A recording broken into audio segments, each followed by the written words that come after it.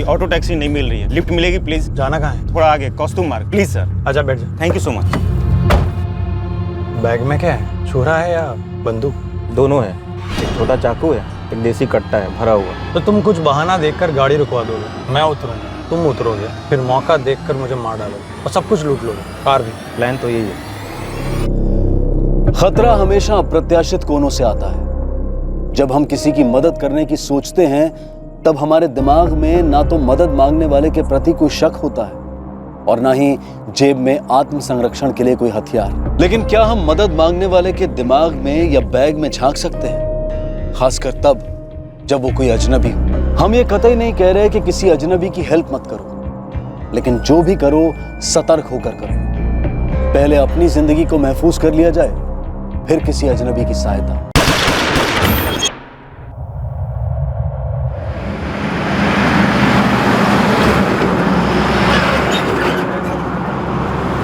हम अंसोली के railway bridge के पास पहुंच ही रहे हैं। एम्बुलेंस का क्या हुआ? 5 मिनट में पहुंचनी चाहिए। ओके, और कोई कॉल? एक ट्रक वाले ने फोन किया था, घायल व्यक्ति रोड के साइड में पड़ा है, तुम पहुंचते ही फोन करो।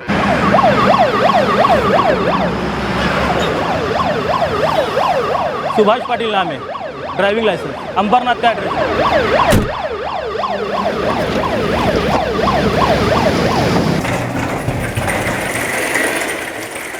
सुभाष पाटिल का मोबाइल मिला?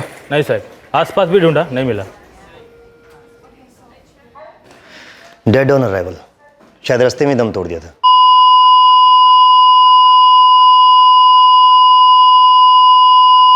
अंबरनाथ का एड्रेस है, फैमिली को इन्फॉर्म कर दो, तब तक मैं केस दर्ज करता हूँ। Yes sir.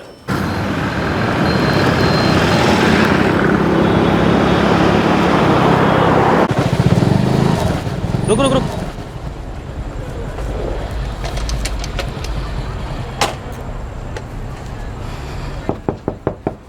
जी, सुभाष पाटिल मेरा दामाद है, यही पास में ही रहता है। क्या बात है? सुभाष का एक्सीडेंट हो गया, डेथ हो गई।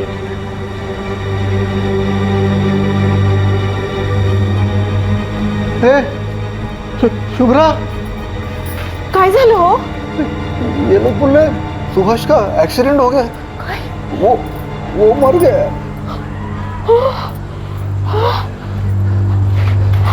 शुभ्रा, वीरचंद भाई शाह एक इन्विटेशन कार्ड देके गए थे, वो देखा आपने कहीं? मुझे दिया था? नहीं, वो कार्ड नैना, मुझे दिया था। तूने खाना नहीं खाया अभी तक? कहीं मिल जल्दी खा। नहीं देख तेरे बाबा अभी शिकायत लगा चुके। वो उनके पिताजी रायचंद भाई ने उधर कच्छ में बहुत बढ़िया अमृत बाग करके रिजॉर्ट बनाया है, तो उसका शुभारंभ होने वाला है। मैं सोच रहा था क्या हुआ? आपके पति सुभाष का एक्सीडेंट हो गया। ठीक तो है ना वो? अस्पताल में ले जाते समय वो चल बसा।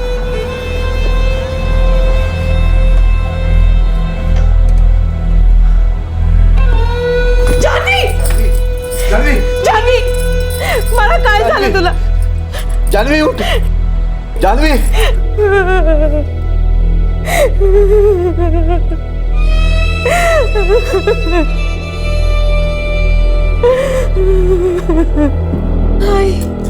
आई वो मेरा सुभाष नहीं हो सकता है। आई वो मैं नहीं मानती है, मेरा पति नहीं हो सकता है। छोड़ो मुझे, जाने दो। आई बोलो नहीं, सांभार का स्वतःला पोरी, सांभार। सुभाष नहीं है वो, सुभाष नहीं है। साहब ये एक्सीडेंट कहाँ पर हुआ? अंसोली नागा के रेलवे ब्रिज के पास। वैसे एक ना जी, आपका दामाद काम क्या करता था? ड्राइवर था, मेरी पिकअप वैन चलाता था। कोई डिलीवरी थी उसकी उस तरफ? एक ना जी, हाँ, मैंने पूछा उसकी कोई डिलीवरी थी उस तरफ? हाँ, वो सिलवासा जाने वाला था पिकअप के लिए। पिकअप? लेकिन हमें तो कोई वैन नहीं मिली। Pickup van? नहीं सर, वो तो अकेला रोड पर पड़ा हुआ मिला, हमें लगा हिट एंड रन केस है।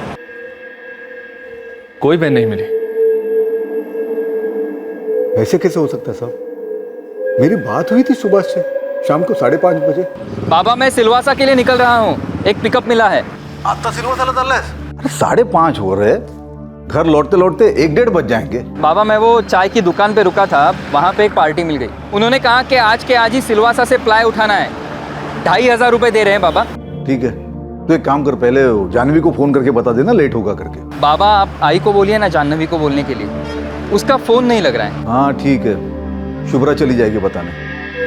पक्का शाम को 5:30 बजे उसकी आपसे बात हुई थी? हाँ साहब, पिकअप और डिलीवरी का तो धंधा है हमारा। मेरा दामाद और मैं एक साथ काम करते थे। अब आगे जाके सब कुछ वही संभालने वाला था।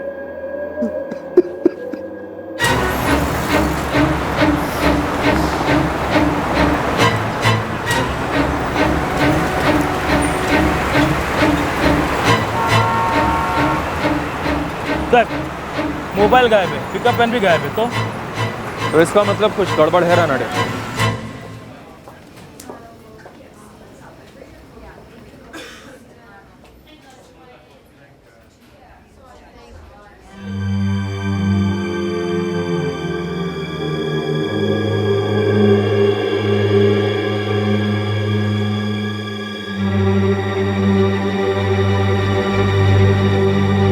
पुलिस को लगा था कि सुभाष पाटिल की मौत एक हिट एंड रन केस है, लेकिन एक्सीडेंट स्पॉट पर उसका मोबाइल फोन और उसकी पिकअप वैन नहीं मिले थे। शायद वो दोनों चुराए गए थे। और अब पुलिस को संदेह होने लगा कि ये एक एक्सीडेंट नहीं बल्कि मर्डर केस है।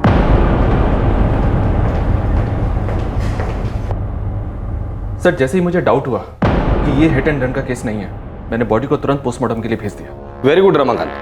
जब केस पेपर्स मैंने पढ़े तो मुझे भी यही लगा कि इस केस में हिट जानबूझकर हुआ है और रन डर के मारे नहीं बल्कि प्लानिंग का एक हिस्सा था। बढ़ेगा विक्टिम का मोबाइल ट्रैकिंग पे डाल दो। भंडारी पता लगाओ पिकअप वैन है कहाँ।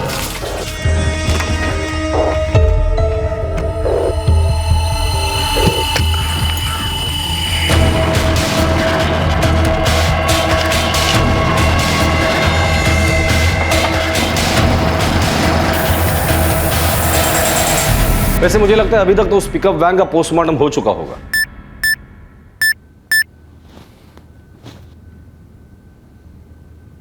हॉस्पिटल से मैसेज है सर, बॉडी का पोस्टमार्टम हो गया है। मुझे लगता है ये पोस्टमार्टम रिपोर्ट हमारे मर्डर वाले एंगल को सपोर्ट करेगी। Ramakant thank you very much. इसके आगे की जांच हमारी टीम करेगी। केस रिपोर्ट के हिसाब से विक्टिम पेट पर लेटा पड़ा था और चेहरा सड़क पर। इंस्पेक्टर विक्टिम को सड़क पर ढकेला गया, चेहरे के बल गिरा। ये हिट एंड रन का केस नहीं लगता। तो डॉक्टर साहब ये मर्डर है, ये साबित करने के लिए और कोई ठोस सबूत? केस रिपोर्ट कहती है कि विक्टिम सिलवासा जाकर कोई डिलीवरी पिकअप करके लौटने वाला था। जी, सुभाष पाटिल पेशे से ड्राइवर है। पेशे से ड्राइवर और लॉन्ग डिस्टेंस चला रहा था, तो फिर उसके ब्लड में मेजो 15 क्या कर रही थी? मेजो 15? मेजो 15 कितने स्ट्रिप? 3। एक इसकी एक गोली भी ड्राइविंग के लिए डेंजरस है। सर बहुत भारी हो जाता है, जबरदस्त नींद आने लगती है। इस सुभाष पाटिल के ब्लड स्ट्रीम में 4 से 5 गोलियों के ट्रेसेस। डॉक्टर साहब ये मेजो 15 बेसिकली दी किस लिए जाती है? डिप्रेशन या एंजाइटी के पेशेंट को नींद ना आती हो तो आधी या एक गोली दी जाती है, वो भी तब जब जरूरत पड़े। तो इसके फैमिली वालों से ही बात करनी होगी।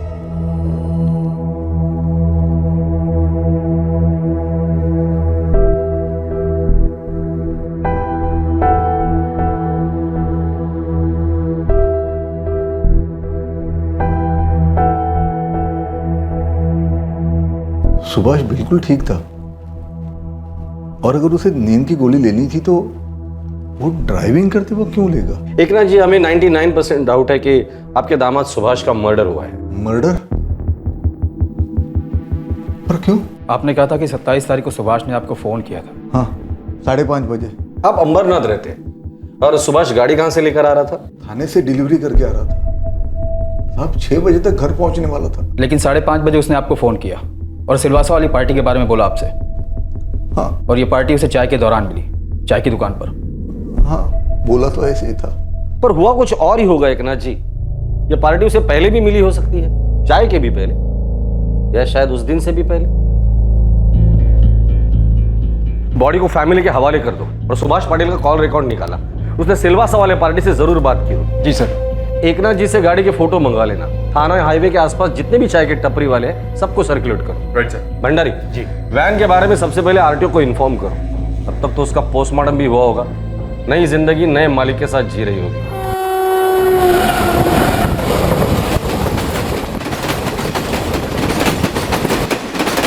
अम्मा यार क्या करो तुम लोग, जल्दी करो।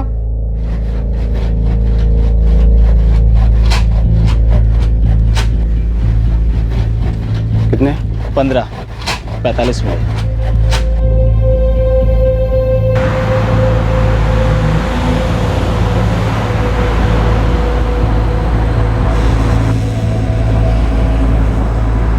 आया था साहब, ये आया था। एक दिन में 2 बार आया था। कब कब आया था? एक तो सुबह आया था 11 से 11:30 बजे होंगे, और फिर दोबारा शाम को आया।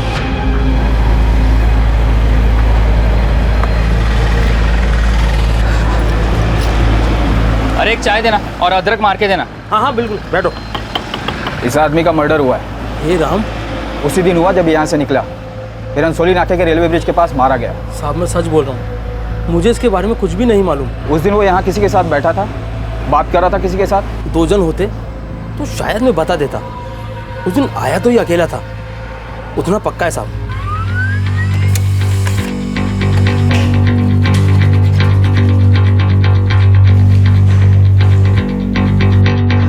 सर सुभाष की बात उस दिन या तो पुराने ग्राहकों से हुई या तो फिर घर वालों से। कोई नया नंबर नहीं है सर। हो सकता है पूरी प्लानिंग फेस टू फेस हुई है, मोबाइल का इस्तेमाल हुआ ही ना हो।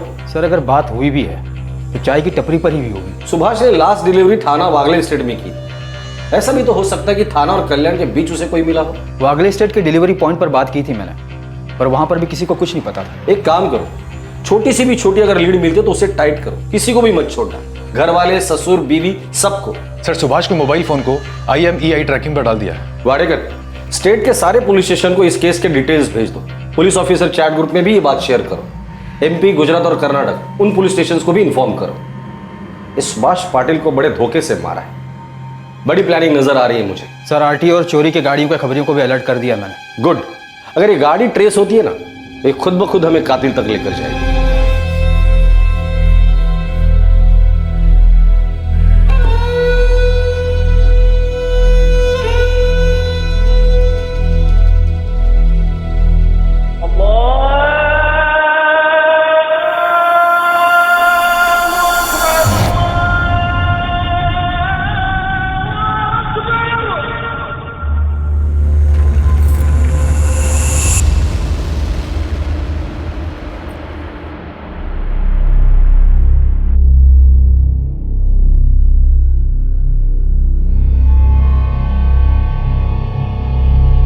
रख लो।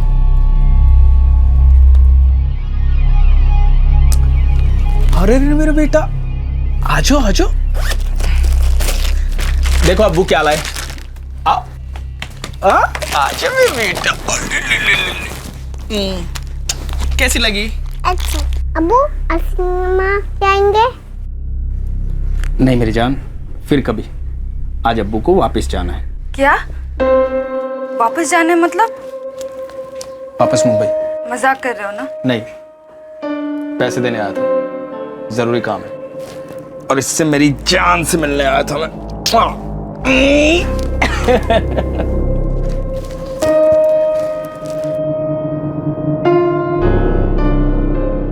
मुंबई हो या आजमगढ़, गरीब का घर तो गरीब का घर होता है। एक डगमगाते दिए की तरह तकदीर का मोहताज होता है। फिर ऐसा क्या हो गया कि एक घर के कमाने वाले कर्ता ने दूसरे घर के कमाने वाले कर्ता को मौत के घाट उतार दिया? लेकिन अनुभव समझ में नहीं आ रहा है, मेरे सुभाष के किसके साथ क्या दुश्मनी थी। क्या पता पुरुषोत्तम जी, उसने कहा था 2500 रुपए मिल रहे हैं, सिलवासा डिलीवरी के लिए जाना है। मैंने हाँ कर दी, लेकिन मुझे क्या पता था कि वो अभी शाम को मैं आई थी इसके पास, सुभाष ने संदेशा दिया था लेट आएगा करके, और मुझे क्या पता था कि वो लौटेगा ही नहीं। सुभाष और जानवी अपने अपने माँ बाप के इकलौते हैं साहब, कोकन साइड के। 5 साल पहले अरेंज मैरिज किया, 4 साल की एक बेटी है नैना। जानवी का बाप ट्रांसपोर्ट लाइन में साहब, 2 गाड़ियां हैं, एक मछली पहुंचाती है, दूसरी सब कुछ पहुंचाती है। ये सुभाष जो है साहब अपने ससुर के साथ काम करता था, एक गाड़ी खुद चलाता था, पिकअप का धंधा था साहब, पिकअप हो रहा था, हैप्पी फैमिली थी। और फिर सुभाष का मर्डर हो गया। हैप्पी फैमिली में ऐसा तो नहीं होता। लेकिन साहब ये फैमिली का मैटर है ही नहीं, ये लोग बहुत सीधे साधे हैं। ये लफड़ा किसी रैकेट का साहब, किसी ने तो मस्त फंसा है इसको। ऐसा फंसा कि मर्डर ही कर दिया। साहब टाइम बहुत खराब चल रहा है ना, लाइफ का वैल्यू किधर है? पैसा 2,500 के लिए कोई भी सुपारी उठाता है। 2,500 में सुभाष भी डिलीवरी उठाने वाला था सिलवासा से, पर हाईवे पर डिलीवर हो गया खुद वो। सर हाईवे से आपको बहुत जल्द न्यूज़ मिल जाएगी। मेरे लड़के फुल टू तैयार है, जिसने भी ये किया है ना कभी तो बिल से बाहर निकलेगा, और जैसे ही निकलेगा पहली खबर आपको। एक चूक हुआ सब झपट पड़ेंगे साले। और चूक हुई। सुभाष के मर्डर के ठीक 1 हफ्ते बाद सुभाष पाटिल के फोन की घंटी बजी। हाँ बोल। और इस बार IMEI ट्रैकिंग सिस्टम में लाल बत्ती जली। नाम नंबर पता जल्दी, 10 सेकंड का टाइम दे रहा हूं तुम्हें, मैसेज करो। सुभाष पाटिल का फोन कौन इस्तेमाल कर रहा है? नाम नाजिया बानो, नंबर 4445588767। और कॉल आने के बाद फोन स्विच ऑफ किया होगा। बिल्कुल सर। ये क्रिमिनल कौन से ख्याली दुनिया में रहते हैं? क्या सोचते हैं कि हम उनके घर तक पहुंच नहीं पाएंगे? 113 भटियार गली, अंधेरी वेस्ट।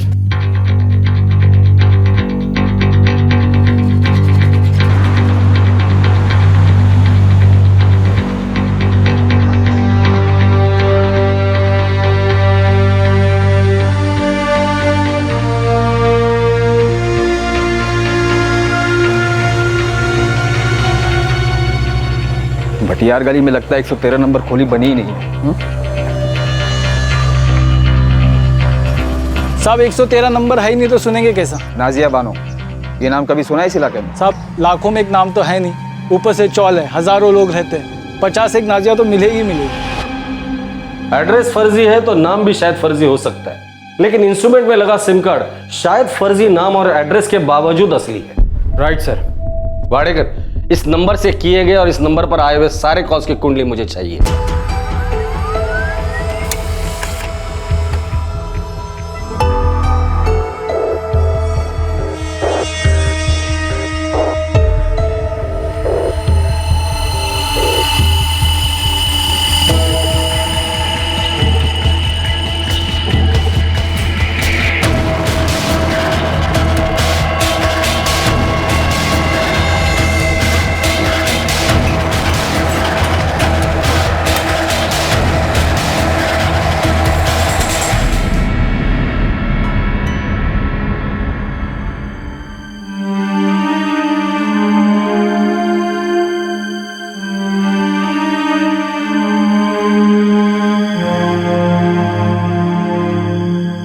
पहले लगा था कि यह एक एक्सीडेंट का केस था, लेकिन अब क्राइम ब्रांच हत्यारे के पीछे पड़ चुकी थी। सुभाष पाटिल का मोबाइल इंस्ट्रूमेंट एक महिला इस्तेमाल कर रही थी। कौन थी ये महिला और आखिर ये हत्या किस वजह से हुई थी? योगेश खड़से।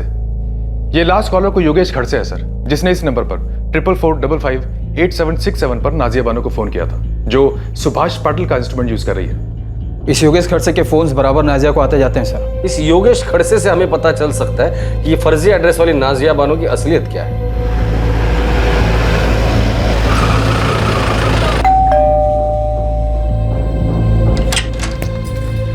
जी हम लोग क्राइम ब्रांच से। योगेश जी। जी। ये नाजिया बानो कौन है? नाजिया? जी मुझे नहीं पता कौन है, और ये नाम भी आज मैं पहली बार ही सुना।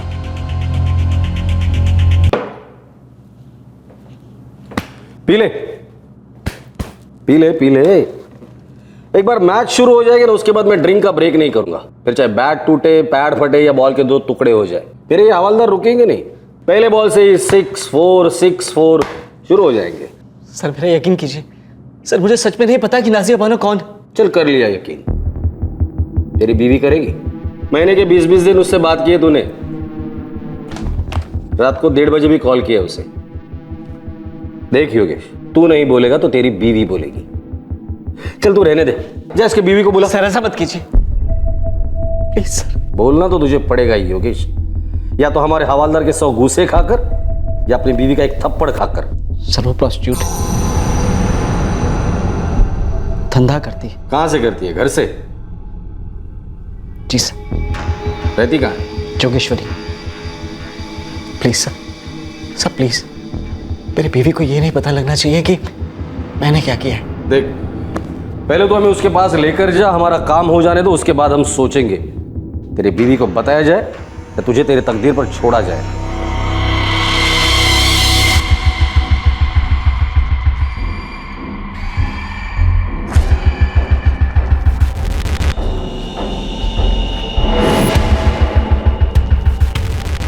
सर वो वहां ऊपर।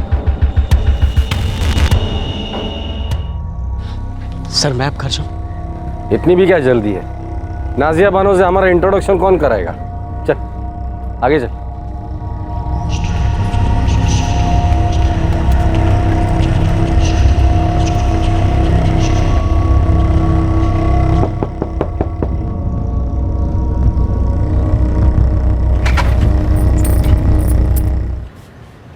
क्या है? और ये सब लोग कौन है तेरे साथ? नाजिया जी, हम लोग पुलिस से हैं, क्राइम ब्रांच। तो यहाँ काहे को आए? आपसे बात करनी थी पर आपका फोन स्विच ऑफ था, इसलिए योगेश की मदद ली। मेरे से क्या बात करनी है आपको? एक आदमी का सेल फोन आपके पास है, कहाँ से आया, कैसे आया, उसकी कहानी सुननी है। साहब मैं सच बोलती हूँ, मैं ये सब काम कभी नहीं करती। मेरी बच्ची के सर की कसम, मेरे मर्द ने मुझे जबरदस्ती इस धंधे में डाल दिया और फिर खुद फरार हो गया। भाभी पेट का सवाल है साहब, सब कुछ अपनी बच्ची के लिए करती हूँ।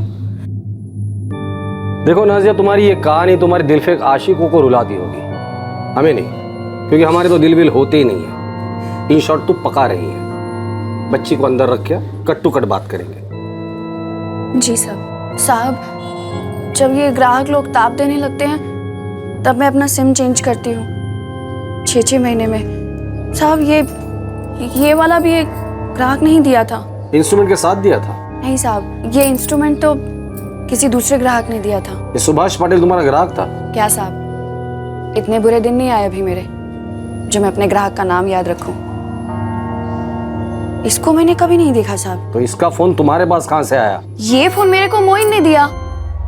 मोइन कौन है? एक लुक्खा साला। 6 महीने पहले मेरे से 15,000 रुपए लोन लिया था और फिर हवा हो गया। अभी 4 दिन पहले धमक गया।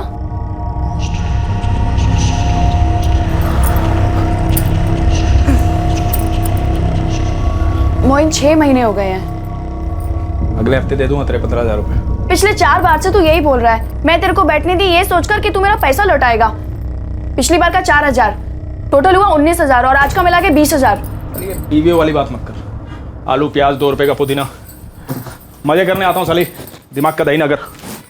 वाह रे वाह, मजे तू करे हाँ, और खैरात मैं करूं। नवाब थे ना मेरे दादा परदादा, इस घर का किराया, मेरी बच्ची की स्कूल की फीस, आलू प्याज 2 रुपए का पुदीना, इस सब का इंतजाम करके गया ना मेरे लिए। ऊपर से मेरे 15,000 रुपए लेकर बैठा है। शर्म कर शर्म। ये ले, बेच दियो। 2,000 रुपए का होगा, अगले हफ्ते दे दूंगा तेरे 20,000 रुपए। ये मोबाइल फोन किसका है? तेरे पास जितने लोग आते हैं उनकी बीवी का नाम पता है तेरे को? माँ का, बेटी का? मेरे को तो अपने ग्राहक का नाम ही याद नहीं रहता। रख ले इसे, आज से तेरा। अच्छा, कुछ खिलाए पिलाएगी? भूख लगी है। अबे ओ, ये पतियों वाली हरकतें यहाँ नहीं चलेगी, समझा ना? कुछ भी नहीं है, अभी बनाना पड़ेगा। हाँ रहने दे, बनाना पड़ेगा। अच्छी स्टोरी है पर बात जमी नहीं। फोन क्यों ऑफ रखा था? मोइन ने कहा था ताकि तू पकड़ी ना जाए। नहीं साहब, महीने के 5 दिन मैं भी धंधे से ऑफ रहती हूँ। देख नाजिया, तेरा धंधा तेरे ग्राहक तू जाने। इस वक्त तुम्हारे हाथ में जो मोबाइल है, 4 दिन पहले उसके मालिक का मर्डर हुआ है। साहब मैं सच बोलती हूँ, मेरी बच्ची के सर की कसम, मैं इस बारे में कुछ नहीं जानती। मैंने कुछ नहीं किया। इस वक्त मोइन कहाँ है? वो मुझे नहीं मालूम साहब। मोइन का नंबर दे। साहब उसका नंबर इसी मोबाइल में है, आप खुद ही निकाल लो। ये The number you have called is currently switched off. Switch off है। कह रहे मोइन करता क्या है? साहब एक बार पूछा तो बोला कि मैकेनिक है और दूसरी बार बोला कि ट्रैवल एजेंसी है। उसके बाद कभी नहीं पूछा साहब। हमें पूरा शक है कि इस सुभाष पाटिल का मर्डर तेरे मोइन ने किया है। हमें मोइन चाहिए, दिला दे। 2 लेडी कांस्टेबल लगा देता हूँ सर इस पर नजर रखने के लिए। कड़ी नजर रखने के लिए बोलो, बहुत शातिर औरत है ये। सर मोइन की लीड तो मिल गई, पर मोटिव की लीड नहीं मिल पा रही है। मतलब एक पिकअप वैन, एक मोबाइल के लिए इतनी प्लानिंग से मर्डर। हो सकता है कोई पर्सनल एंगल हो, लेकिन सर दोनों की दुनिया बहुत अलग है। लेकिन ये दुनिया छोटी भी तो बहुत है। पर्सनल नहीं, पैसा नहीं, तो फिर क्या बचा? जी नहीं, कातिल का पता नहीं चला है, लेकिन एक आदमी के बारे में पता चला है। सुभाष का कोई मोइन नाम का दोस्त या दुश्मन था। कौन है मोइन? सुभाष का मोबाइल फोन ट्रैक हो गया है, वो किसी मोइन के पास था। फिलहाल के लिए बस इतना ही पता चला है। किसी अपने को खोने का दुख और आक्रोश कई गुना बढ़ जाता है जब किसी ने उसकी जान ली हो और रिश्तेदारों को कारण तक पता नहीं होता। इस केस का एकमात्र संदिग्ध एक रहस्यमय ढाल के पीछे दुबक कर बैठा था, पुलिस की नजर से ओझल था। लेकिन कब तक?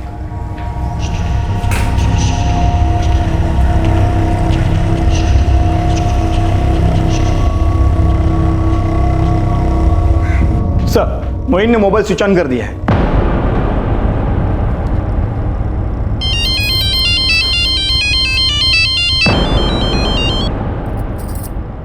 जी साहब बोलिए। मोइन का फोन स्विच ऑन हुआ है नाजिया, अभी के अभी उसे अपने घर बुला फोन करके। मोइन का मोबाइल लोकेशन भाईंदर दिखा रहा है सर। अब उसका लोकेशन चाहे चांद पर दिखाए, हम ऐसा जाल बिछाएंगे कि वो खुद चलकर हमारे पास आएगा।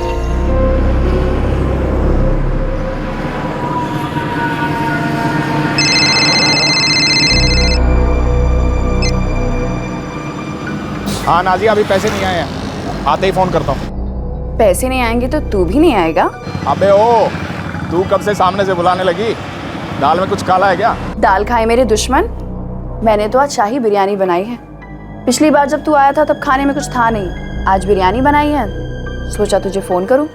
बड़ी मस्त बनी है, बोल खाएगा? हाँ लेकिन बैठूंगा नहीं, क्या ना पैसे नहीं है। मैं तुझे बुला रही हूँ ना सामने से, क्या पैसे वैसे लगा रखा है? तू तो बस ये बता कब तक आएगा?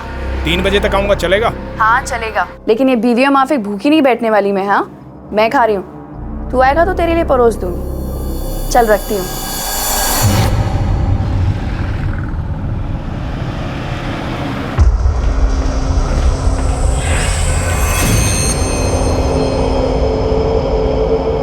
इस मोइन की एक भी तस्वीर होती ना सर तो उठाना आसान होता। अंधेरी गली में शिकार करने जा रहे हैं हम लोग, हमारे साथ पहली बार थोड़ी हो रहे, देख लेंगे।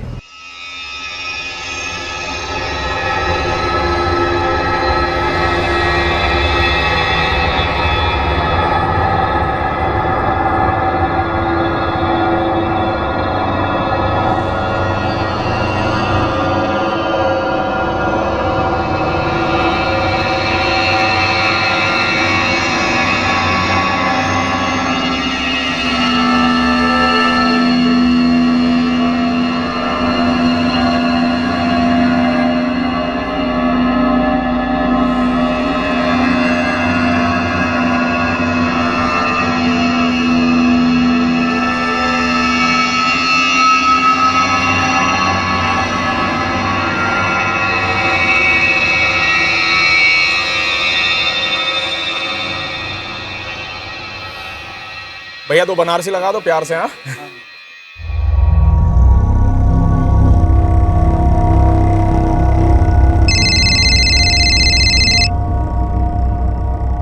हाँ बोला। मोइन का सेल लोकेशन नाजिया के घर के पास बता रहा है, पहुंच गया है वो। हम लोग भी पहुंच गए हैं, उसी का वेट कर रहे हैं। ये मोइन एक हिस्ट्री शीटर है, पिछले साल टेम्पो लूटा था इसने, जेल हुई थी इसे, लेकिन अब बेल पे बाहर है। अरे तो उसका फोटो जल्द से जल्द अपनी टीम के मोबाइल पे सेंड करो ना, जल्दी। भाई जो थोड़ा जल्दी करेंगे।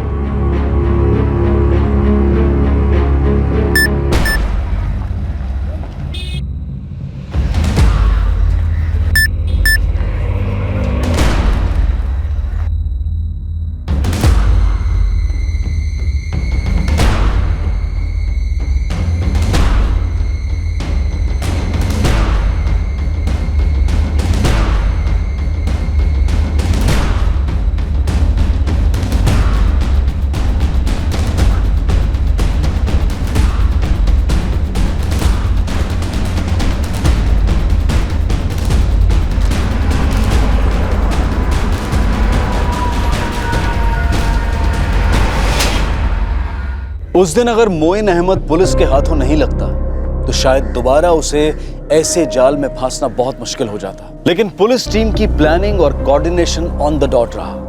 मोइन अब उनके लॉकअप में था और लॉकअप में मोइन ने अपने जुर्म का चिट्ठा खोला।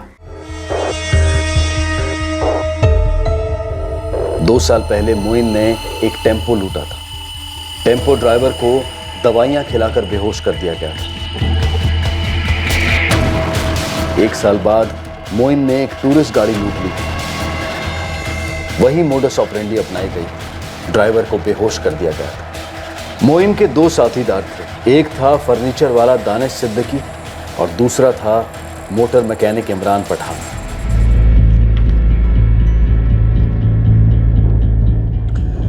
मुंबई आने से पहले इस मोइन का कोई क्रिमिनल रिकॉर्ड था? सर, आजमगढ़ पुलिस से बात हुई। उन्होंने पता किया कि मोइन एक गैराज में मैकेनिक था, चुपचाप काम करता था और घर चला जाता था। जो भी हो, जिंदगी यहाँ से बेहतर होगी मुंबई में। तो हम दोनों को भी साथ ले चलिए। मेरा खुद का ठिकाना नहीं होगा। तुम लोगों को सर पे उठाऊंगा तो क्या खाक कुछ कमाऊंगा? लेकिन आपके बिना हम दोनों यहाँ कैसे जिएंगे, ये भी तो सोचिए। जीने के लिए पैसे चाहिए फातिमा। भेजूंगा मैं। दुनिया चाहे इधर से उधर हो जाए, हर महीने तुम्हारे हाथ में पैसे होंगे।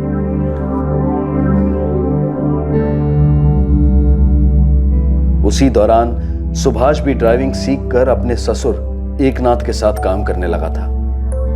मेरी गाड़ी, मेरी गाड़ी। जाह्नवी, तुम देखती जाओ, अगले 2-4 सालों में हमारी 4-5 गाड़ियां होंगी, ड्राइवर होंगे और अपनी जिंदगी इस कार की तरह अच्छे से स्पीड पकड़ लेगी। लेकिन उसकी क्या दुश्मनी थी उनसे? उसने क्यों मारा उन्हें? ना दुश्मनी थी ना दोस्ती, दोनों अजनबी थे एक दूसरे से। तो फिर क्यों? ये तेरा पहला शिकार था जो 4-4 मेजो 15 खाने के बाद भी बेहोश नहीं हुआ था, बराबर ना?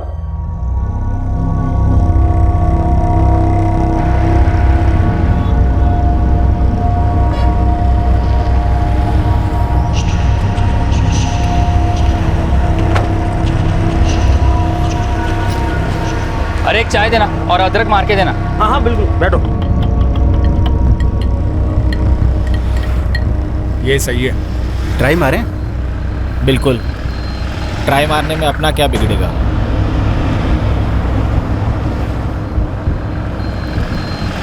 सुनो भाई। हाँ डिलीवरी करते हो? हाँ हाँ करता हूँ ना, लेकिन अभी नहीं कर पाऊंगा। सिलवासा से प्लाई विराट छोड़नी है। रात हो जाएगी परवाह नहीं, पर आज के आज 2000 रुपये मिलेंगे। देखो ऐसा है कि मुझे अभी डिलीवरी करने के लिए ठाणा जाना है। यहाँ पर वापस आते आते 5:30 बजेंगे। सही है, तब तक हम लोग भी यहाँ पहुँच जाएंगे। ठीक है। और हाँ, 2000 में काम नहीं होगा, 3000 रुपये लूँगा। 3000 ज़्यादा है यार। ठीक है, 2500 रुपये लूँगा, लेकिन उससे 1 पैसा कम नहीं। मंजूर? हाँ चलेगा। ठीक है। ठीक है, मिलते हैं यहाँ पे।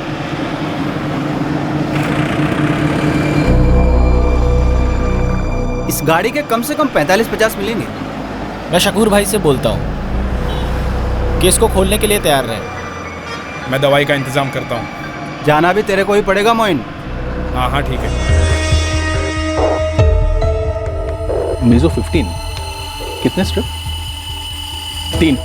मेजो 15 के बारे में कैसे पता चला? दानिश के अब्बा लिया करते थे, उनका रसीद का फोटोकॉपी मारा, सफेद स्याही लगा कि बस तारीख बदल दिया करते थे। बाकी के लोगों को बेहोश करता था। इस सुभाष पाटिल को मारने की क्या जरूरत थी?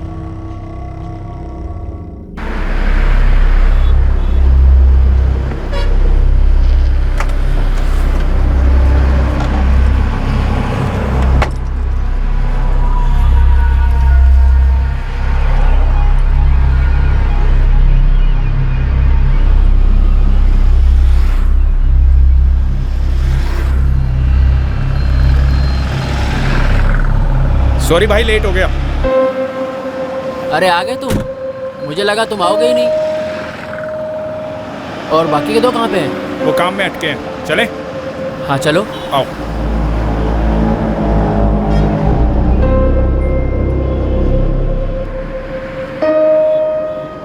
बाबा मैं सिलवासा के लिए निकल रहा हूँ।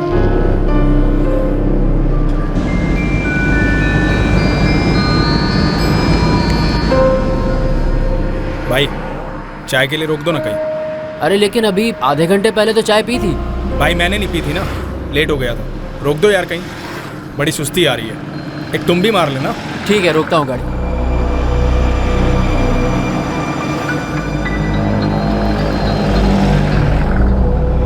काका, हमेशा की तरह इस बार भी मोइन ने अपने शिकार को गाड़ी में ही बैठने के लिए कहा और वो खुद चाय लेने गया।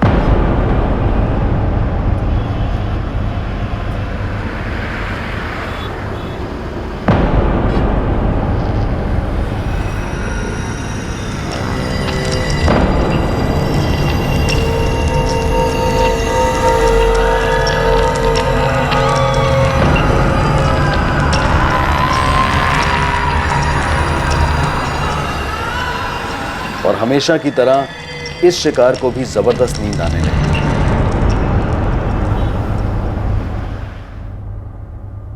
हमें गाड़ी रोकनी पड़ी। सुभाष बेहोश हो रहा था? नहीं, वो उल्टियां करने लगा था।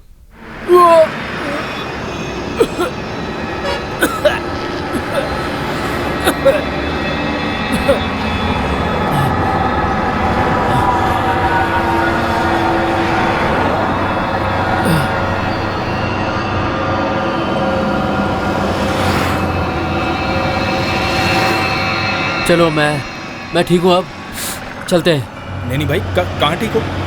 थोड़ा आराम कर लो, चलते हैं आराम से। अरे नहीं, अब और आराम करेंगे तो घर पहुँचने में देरी हो जाएगी। घर पे बीवी बच्चे राह देखते हैं ना, और तुम्हारे भी तो बीवी बच्चे होंगे। भाई उन्हीं के लिए तो कह रहा हूँ। देखो इतनी नींद में गाड़ी चलाना खतरे से खाली नहीं है। नहीं, मुझे नींद नहीं आ रही है, बस मेरा सर भारी हो गया है। लेकिन कोई नहीं, मैं गाड़ी चला लूँगा। चलो भाई देखो मेरे को ठीक नहीं लग रहा है, एक आध घंटा आराम कर लो, आराम से चलते हैं ना। अरे मैंने कहा ना मुझे कुछ नहीं हुआ, चलो अब।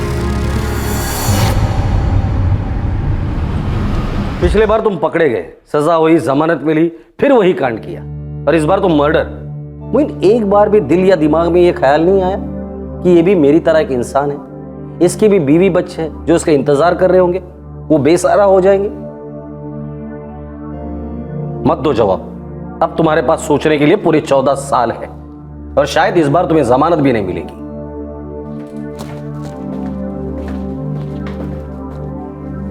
उस दिन वो लोग पहली बार मिले थे। हमारी गाड़ी के नीचे सुभाष को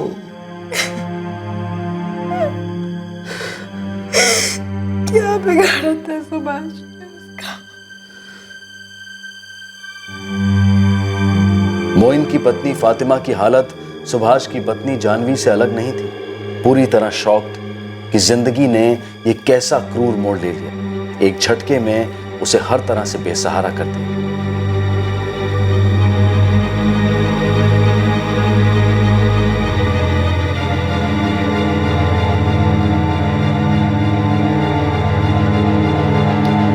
चोरी की पिकअप वैन खरीदने के जुर्म में पुलिस ने ओशीवारा के मैकेनिक शकूर अली को गिरफ्तार कर लिया है, लेकिन वैन अभी ट्रेस होनी बाकी है। मोइन, इमरान और दानिश को आईपीसी की धारा 302 के तहत हत्या और धारा 395 के तहत डकैती के चार्जेस में बुक किया गया है। मोइन ने अपने बयान में अपनी क्रिमिनल गतिविधियों के लिए गरीबी को कारण बताया, लेकिन गरीब तो सुभाष भी था, और सुभाष ने जुर्म की बजाय मेहनत और शिद्दत से काम करने की ठान ली थी। दो अजनबी, एक सी जिंदगियां, पर मुश्किलों का सामना करने के कितने अलग अंदाज। सुभाष पाटिल के लिए मोइन और उसके साथीदारों के शैतानी इरादों को भांपना आसान नहीं था। तब भी नहीं था जब उसे चाय पीने के बाद चक्कर और उल्टियां आने लगी थी। तब भी नहीं जब मोइन उसे सोने की सलाह देता जा रहा था। क्या कोई ऐसा मौका था जब सुभाष को लग सकता था कि मोइन के इरादे ठीक नहीं हैं? खतरा हमेशा अप्रत्याशित होता है, अचानक होता है। कोशिश हमारी यही रहनी चाहिए कि हम उस खतरे पर रिएक्ट तुरंत करें और सोच समझ कर करें। यह आसान नहीं है, पर है तो जिंदगी और मौत का सवाल। एक काम कर बेटा, पकड़ के रख उस लड़के को, हाथ से जाने मत दे उसे। पापा, वो मुझसे शादी करने के लिए तैयार ही नहीं है। तो तैयार कर उसे, जान से मारने की धमकी दे उसे। बोल उसको, मैं तुझे तबाह करके ही रहूं। क्या मुझे ऐसा करना चाहिए? अगर मैं तुझसे कहूं कि उसे भूल जा, छोड़ दे उसे, आगे बढ़ जा। क्या मेरी ये बात मानेगी तो?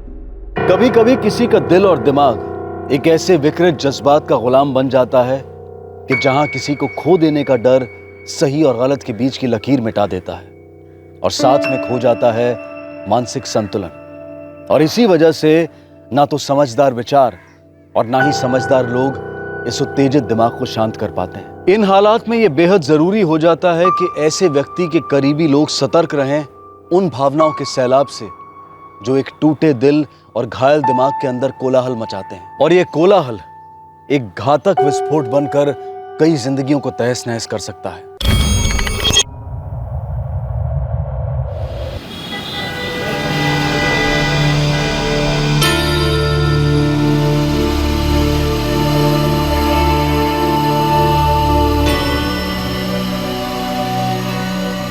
हार पसंद आया बेटी?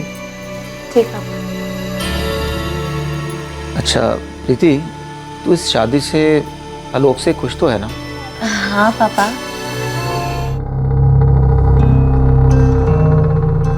आलोक, चलिए ये अपनी बुआ चाची सब यहाँ दे आओ। मैंने फोन पे उन्हें इनवाइट कर लिया, लेकिन ये पहुंचना बहुत जरूरी है। ठीक है पापा जी। जी पापा जी, एक बार ही फाइनल बोल दो, थोड़ी मंगानी नहीं मंगानी है। बेटा कम से कम शोर, कम से कम दिखावा। तुम समझ रहे हो ना मैं क्या कहना चाह रहा हूँ? जी।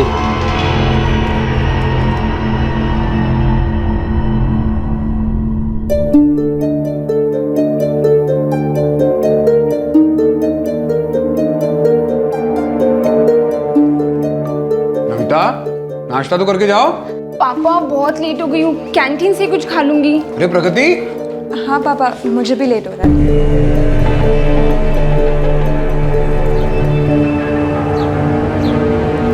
कोई स्लो मोशन, थोड़ा जल्दी चल यार। अगर रिक्शे चले गए ना तो बैलगाड़ी भी नहीं मिलेगी।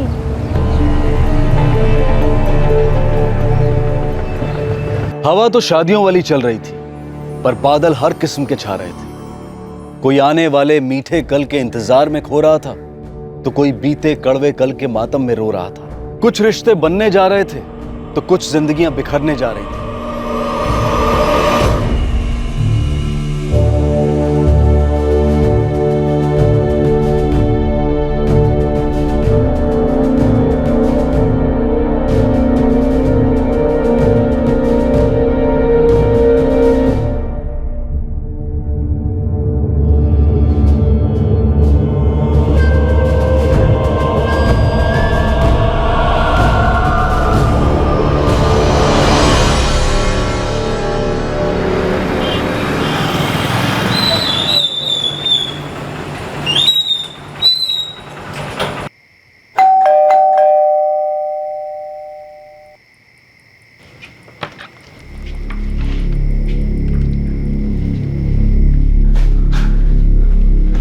अभी तक स्विच ऑफ है। नहीं, कोई मुझे भी बताएगा क्या हुआ है? प्रगति कॉलेज से अभी तक वापस नहीं आई है। तो उसकी कोई एक्स्ट्रा क्लास वगैरह होगी कॉलेज में। पर पापा, प्रगति का फोन पिछले 2 घंटे से स्विच ऑफ है और फोन भी नहीं लग रहा है। उसके फोन की बैटरी खत्म हो गई होगी। वो चार्जर साथ लेकर गई है और आजकल कॉलेज में हर किसी के पास चार्जर होता है। वो कहीं भी। तेरे पास उसकी सहेली पूजा का नंबर है ना?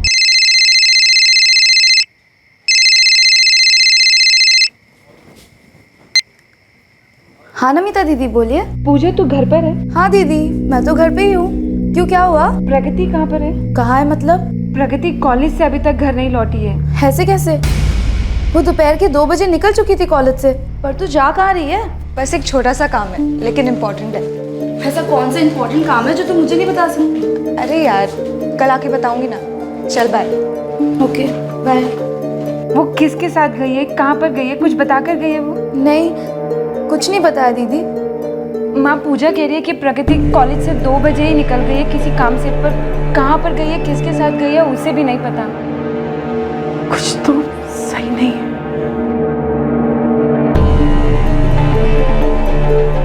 नारायण जी, कोई लड़के का चक्कर? जी नहीं, हमारी प्रगति का कोई चक्कर वक्कर नहीं है। हम पुलिस वालों को डॉक्टर की तरह समझिए, हमसे कुछ छुपाएगा नहीं, ना ही किसी बात को लेकर डरिएगा। डर तो मुझे है कि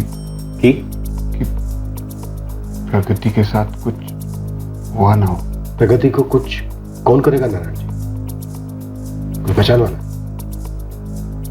आप लोग जानते हैं कि हम जानते हैं कि आप लोग कुछ ऐसा जानते हैं, लेकिन बोल नहीं रहे। ऐसा कुछ भी नहीं है।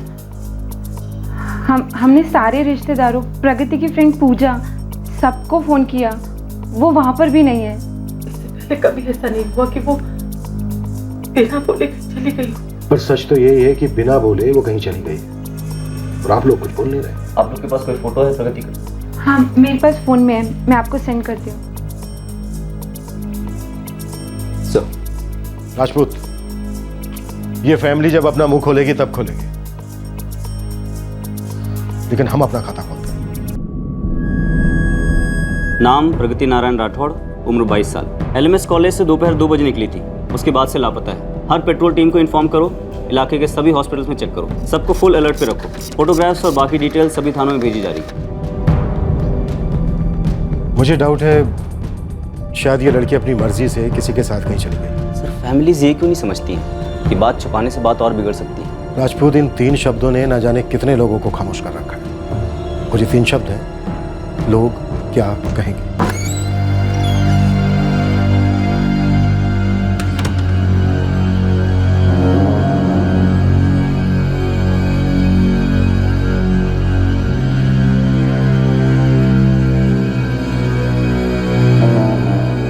पुलिस ने पूरी रात और अगला पूरा दिन प्रगति को ढूंढा, लेकिन प्रगति नहीं मिली। पुलिस को इस बात का अंदेशा हो चुका था कि प्रगति के घर वाले उनसे कुछ छुपा रहे थे, लेकिन क्या छुपा रहे थे ये उन्हें काफी देर बाद पता चलने वाला था। बहरहाल माहौल तो शादी वाला था।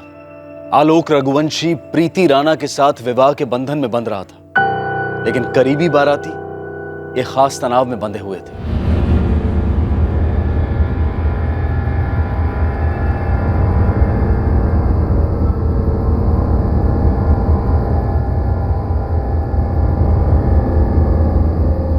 चले 2 मिनट बस। अरे पिछले 10 मिनट से 2-2 मिनट हो रहे हैं तुम्हारे, सब इंतजार कर रहे हैं। चलो।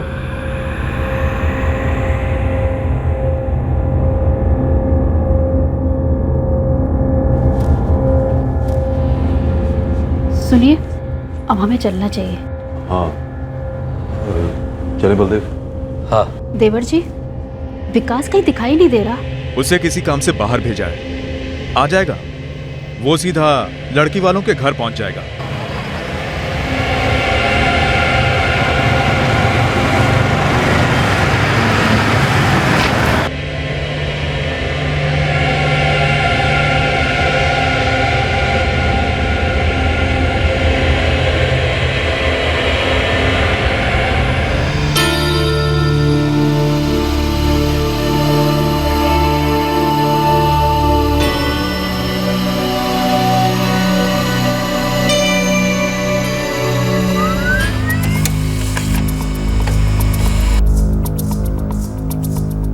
मुजफ्फरनगर? जी, प्रगति का फोन मुजफ्फरनगर में स्विच ऑफ हुआ है कल। क्या आप लोगों का मुजफ्फरनगर से कोई कनेक्शन है? कोई कनेक्शन नहीं है। प्रगति तो आज तक कभी मुजफ्फरनगर गई भी नहीं। कुछ ना कुछ तो जरूर पता है नारायण जी, लेकिन आप हमें बता नहीं रहे। मेरी बेटी जब कल सुबह कॉलेज के लिए निकली थी तो ठीक ठाक थी। ठीक ठाक होने में और ठीक ठाक दिखने में बहुत बड़ा फर्क होता है नारायण जी। जैसे इस वक्त आपकी आंखें आपकी जबान को धोखा दे रही है। एक बार फिर पूछ रहा हूं मैं आपसे, क्या आपकी बेटी अपनी मर्जी से कहीं चली गई है? क्या आपको किसी पर शक है? मेरी बेटी कल से घर वापस नहीं आई है। आप उसे ढूंढ नहीं पाए हैं, ऊपर से वाहियात सवाल पूछ रहे हैं।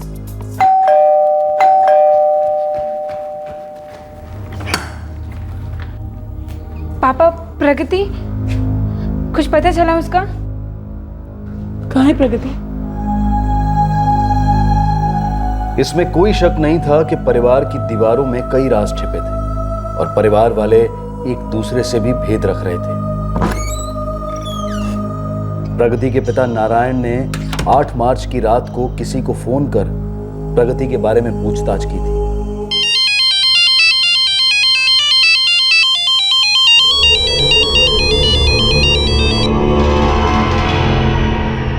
बोलिए नारायण राठौड़ जी। गजेंद्र जी, क्या हमारी प्रगति आपके घर में है? ऐसा बेहुदा सवाल पूछने की वजह? कॉलेज से घर नहीं लौटी है मेरी बेटी।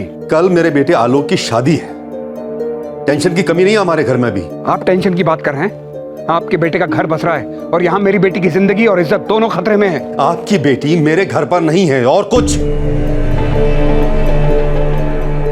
आलोक, आलोक! पापा जी क्या हुआ? अब ठीक तो है ना? बिल्कुल सच सच बता, प्रगति कहाँ है? प्रगति? मुझे क्या पता पापा, क्या बात हुई है? पापा जी आखिर बात क्या है? प्रगति के बाप नारायण राठौड़ का फोन आया था। पूछ रहा था क्या प्रगति हमारे घर पर है? कॉलेज से घर नहीं लौटी अभी तक। पापा जी कहीं ऐसा तो नहीं कि सच में प्रगति शादी में कोई बखेड़ा खड़ा करने वाली हो?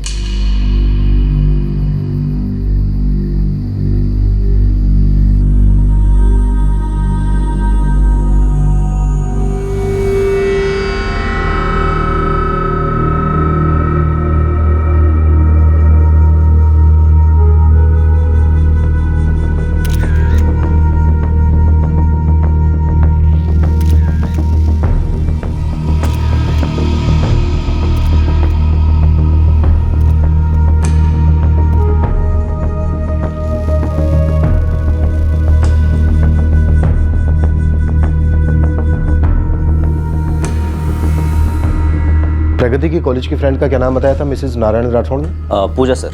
लगता है बाप को छुपा रहा है, तो बेटी ने भी जरूर कुछ ना कुछ बाप से छुपाया होगा जो उसने अपनी फ्रेंड को बताया होगा। बुलाओ इस पूजा को। मुझे नहीं पता सर प्रगति किसके साथ गई थी, बस इतना कहा कि उसे कुछ काम है। ऐसा कौन सा इंपॉर्टेंट काम है जो तुम मुझे नहीं बता सकती? अरे यार कल आके बताऊंगी ना। प्रगति के बॉयफ्रेंड का नाम क्या है पूजा? बॉयफ्रेंड? वो नाम क्या है बॉयफ्रेंड का? प्रगति किसी के साथ गई थी ना?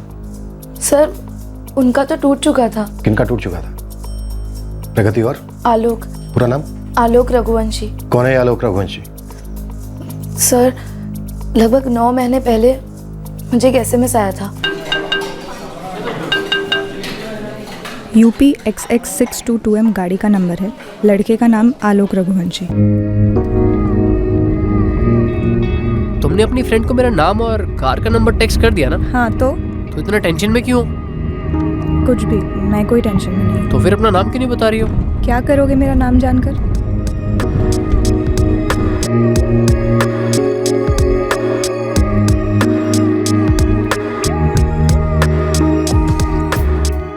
ओए, आलोक रघुवंशी कौन है?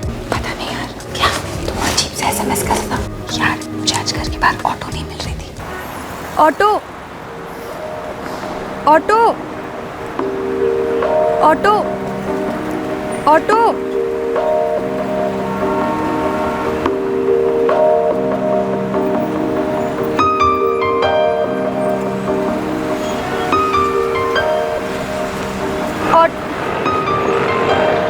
हाय, कहीं छोड़ दो आपको? No thanks. पीक टाइम है, ऑटो मिलेगा नहीं और आप बस मिलेगी तो चढ़ नहीं पाओगे। आ जाओ। नहीं ऐसा ना, मैं मैनेज कर लूँगी। थैंक्स। अरे इट्स ओके, मैं खाने जाऊँगा आपको। आ जाओ।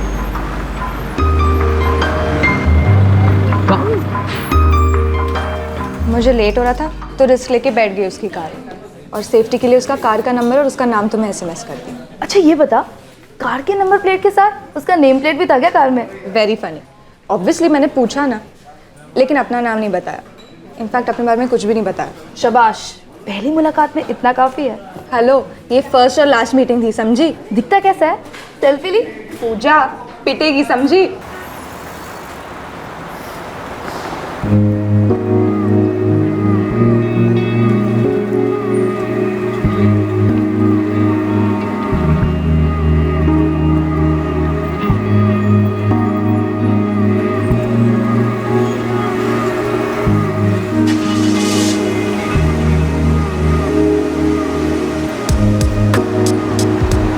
हाय स्ट्रेंजर, आपको मेरा नाम मालूम है, आपको मेरी कार का नंबर ही मालूम है, इनफैक्ट आपकी फ्रेंड को भी मेरे बारे में सब कुछ मालूम है, तो इस हिसाब से मैं बिल्कुल सेफ हुआ।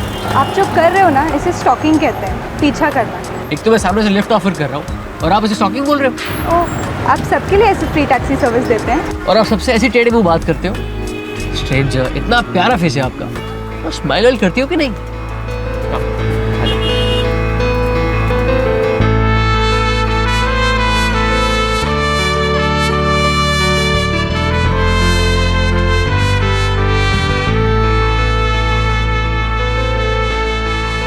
मुझे तो डे 1 से पता था ये लव स्टोरी है। कुछ भी। हाँ, मुझे नहीं पता था, तुझे कैसे पता था?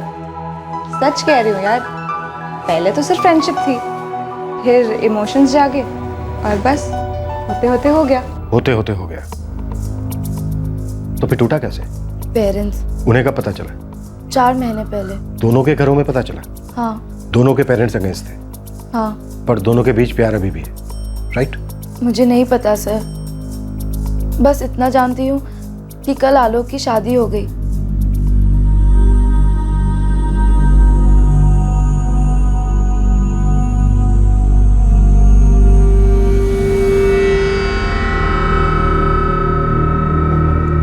प्रगति डिस्टर्ब तो ही होगी। नेचुरली कोई भी लड़की होगी ना सर। कब से? 4-5 महीने से। कुछ बातों को लेके अपसेट तो थी सर वो, बट ज्यादा कुछ बताती नहीं थी। कल रात आलोक की शादी हुई। इसलिए नहीं बताया था क्योंकि आलोक और प्रगति का रिश्ता टूट चुका है। रिश्ता टूटा नहीं था, बल्कि तुलवाया गया, और तुलवाने में एक तरफ आप थे और दूसरी तरफ आलोक के पिता। पेड़ तो काट दिया आप लोगों ने, लेकिन जड़ें नहीं उखाड़ पाए। रिश्ता जिंदा था मिस्टर राठौर। झूठ है ये। सच है ये। जिस रात आलोक की शादी होती है, ठीक उससे एक दिन पहले उसकी प्रेमिका गायब हो जाती है। इत्तेफाक और साजिश में बहुत बड़ा फर्क होता है मिस्टर नारायण राठौर। मेरे और गजेंद्र रघुवंशी के बीच साफ साफ बात हुई थी कि उनके बेटे आलोक और मेरी बेटी प्रगति के बीच कुछ नहीं हो सकता। वो बच्चों की गलती थी जो माफ की गई थी। मम्मी पापा, आप लोगों से कुछ बात करनी थी। हाँ बोलो प्रगति। प्रगति और आलोक ने एक साथ अपने अपने परिवार वालों को अपने रिश्ते के बारे में बता दिया था, और यह भी बता दिया था कि उन्होंने शादी करने का फैसला कर लिया है। क्या हुआ पापा? गलत हुआ प्रगति, बहुत गलत हुआ। गजेंद्र रघुवंशी के बेटे के साथ तुम्हारा कुछ नहीं हो सकता। चुन चुन कर तुझे नारायण ठाकुर की लड़की मिली और कोई नहीं।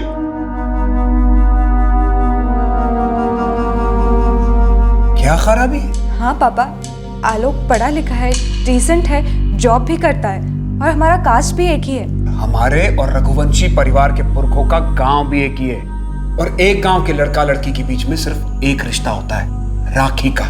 भाई लगता है वो तुम्हारा। भाई कैसे हुआ पापा? एक ही गांव के हैं तो भाई बहन हो जाएंगे। भूपेश समझा जा रहे इस जाहिल को। आलोक के गांव के होने के साथ साथ हम एक गोत्र के भी हैं, और एक गोत्र में शादी हो ही नहीं सकती। भैया ये सब दकियानुसी बातें हैं बाबा आदम के ज़माने की। जमाना है तो हम हैं प्रगति। पर पापा हम 21st सेंचुरी में जी रहे हैं, और मैं प्यार करती हूँ आलोक से। जिसे तू प्यार कह रही है ना, वो इस घर की बर्बादी लेकर आएगा। आप ऐसा क्यों कह रहे हो पापा? क्योंकि गोत्र को लेकर हमारा हुक्का पानी बंद हो जाएगा बिरादरी में। फिर नमिता की शादी नहीं होगी। मुझे कंधा देने के लिए 4 लोग नहीं मिलेंगे। पापा आप सिर्फ गोत्र की बात को लेके खिलाफ है ना? नहीं, गोत्र तो तुझे सिर्फ उस घर में जाने से रोक रहा है। गोत्र से ज्यादा दिक्कत तो मुझे उस परिवार से है। पर क्यों? क्योंकि वो क्रिमिनल का परिवार है। गजेंद्र रघुवंशी के ऊपर मर्डर का मुकदमा चल रहा है। पर आलोक पर तो कोई केस वेस नहीं है ना? आलोक शादी 2 लोगों के बीच नहीं, 2 परिवारों के बीच होती है। अरे एक से एक परिवार है जो हमारे साथ रिश्ता जोड़ना चाहते हैं। लड़कियों की लाइन लगा दूं मैं तेरे लिए, तू कोई भी लड़की चुन ले, हम हाँ कह देंगे। बस ये नारायण राठौड़ की लड़की का मामला अभी और इसी वक्त दफन कर दे।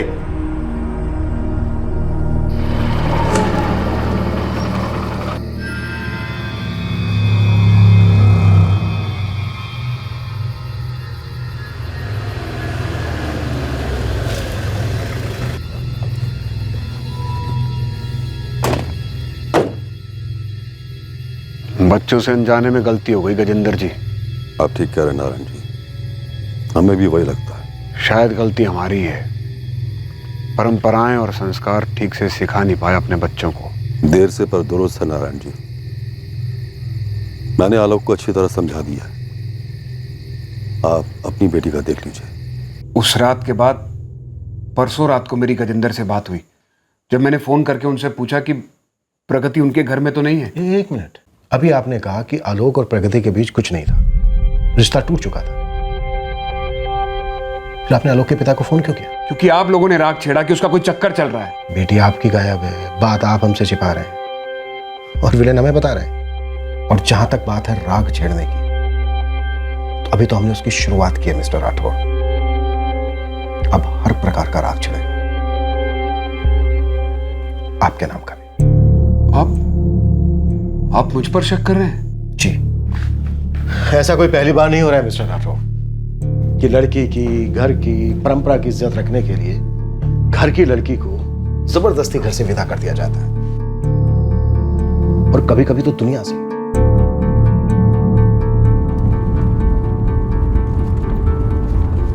सर, प्रगति और आलोक के कॉल रिकॉर्ड साफ दिखाते हैं कि ये दोनों एक दूसरे के टच में थे। प्रगति के गायब होने से एक दिन पहले यानी 7 मार्च तक मैक्सिमम कॉल्स और SMS एक्सचेंज हुए दोनों के बीच। कुछ टूटा उटा नहीं था। रिश्ता कोई चॉकलेट थोड़ी ना होता है कि एकदम बीच में से तोड़ा और दोनों को बराबर बराबर हिस्सा मिल गया। प्यार और नफरत कभी 2+2 नहीं हो सकता।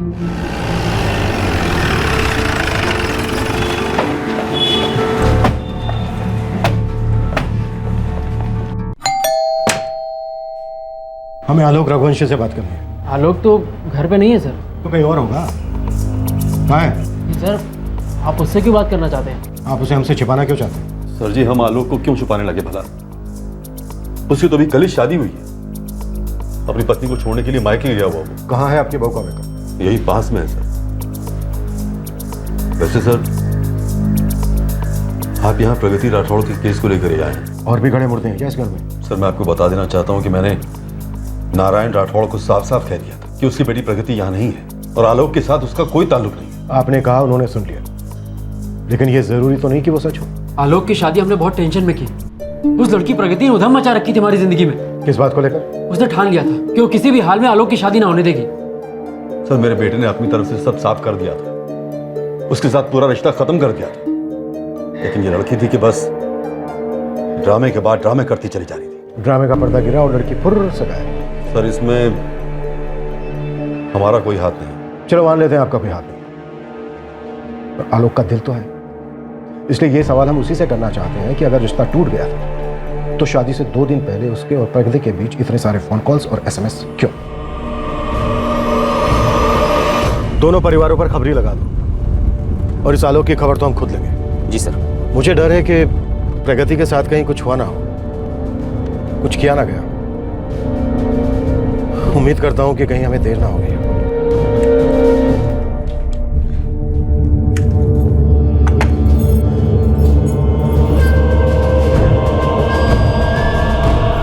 क्या हुआ?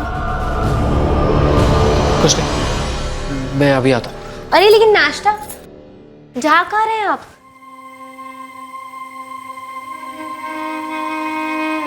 पापा, भैया मेरे यकीन कीजिए, मेरा प्रगति के साथ कोई कनेक्शन नहीं है। उल्टा उसके दोस्तों ने मुझे बताया कि वो मेरे खिलाफ कुछ प्लान कर रही है। प्लान? कैसा प्लान?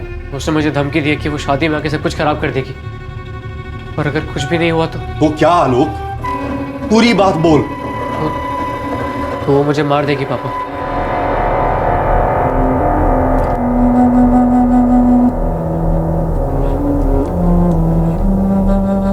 मिलने जुलने का तो हम पता करेंगे ही, लेकिन पिछले 9 महीने में शादी के 2 दिन पहले तक डेली तुम्हारी फोन और SMS पर बातें हुई हैं। तो फिर ये सहेलियों के थ्रू फिल्मी धमकियां क्यों दी गई? सर, एक बार जब हमारी फैमिली ने मैं ना बोल दिया था, उसके बाद फोन कॉल्स पे, SMS पे जितनी भी बातें हुई हैं, उसमें मैंने सिर्फ उसे यही समझाया है कि अब सब भूल जाओ। उसने मेरी बात सुनी नहीं सर कभी। एक बार हमारी शादी हो जाएगी ना आलोक, तो हमारी फैमिलीज अपने आप मान जाएंगी। चलो 1 मिनट के लिए मान लिया कि हमारी फैमिलीज मान जाएंगी, लेकिन ये बिरादरी कभी नहीं मानेगी। अरे हम लोग तो कहीं भी जाके मुंबई दिल्ली अपना मुंह छुपा लेंगे, लेकिन हमारी फैमिलीज वो अपना मुंह कहाँ छुपाएंगी? ब्रेक ऑफ करना चाहते हो? हमारे दिल का ब्रेकअप तो कभी नहीं हो सकता, पर क्या हम अपनी फैमिलीज को ब्रेक करके एक रह पाएंगे? देखो, हम लोग माने या ना माने, लेकिन ये गोत्र, ये गांव, ये बिरादरी, ये सब मायने रखता है। तो तुमने मेरा नाम पूछने से पहले मेरा गांव या गोत्र क्यों नहीं पूछा? आलोक, ये प्यार है, कोई ड्रेस या शर्ट नहीं है ना कि फिट नहीं आ रही तो शॉपिंग मॉल में लौटा दी। जरा सी मैली हो गई, फट गई तो रख दिया कबर्ड के अंदर हमेशा के लिए। लेकिन अगर वो शर्ट या ड्रेस फिट ही ना आए तो हम क्या करेंगे प्रगति? हम उसे नहीं पहनेंगे ना, उसे कबर्ड में ही रख देंगे। वो चाहे मैली ना हो, चाहे फटी ना हो, वो रहेगी तो कबर्ड में ही, और हम दूसरों की तरफ एक नई शर्ट लाके पहन लेंगे जिसकी फिटिंग बिल्कुल परफेक्ट है। तुम किसी और के पास जाने की बात कर रहे हो? किसी और की आंखों में देख सकोगे एक सेकंड के लिए भी? किसी और की सांसें, किसी और की हंसी, किसी और के सपने देख सकोगे? मुझसे तो नहीं होगा, नेवर। सर मैं उसके टच में इसलिए था क्योंकि मैं उसको अपने से दूर करने की कोशिश कर रहा था। तुमने उसे अपनी शादी वाली बात बताई थी? हाँ सर, मैं नहीं बताया। तुम उसे देखने गए थे? तुमने हाँ कहा? उसका नाम?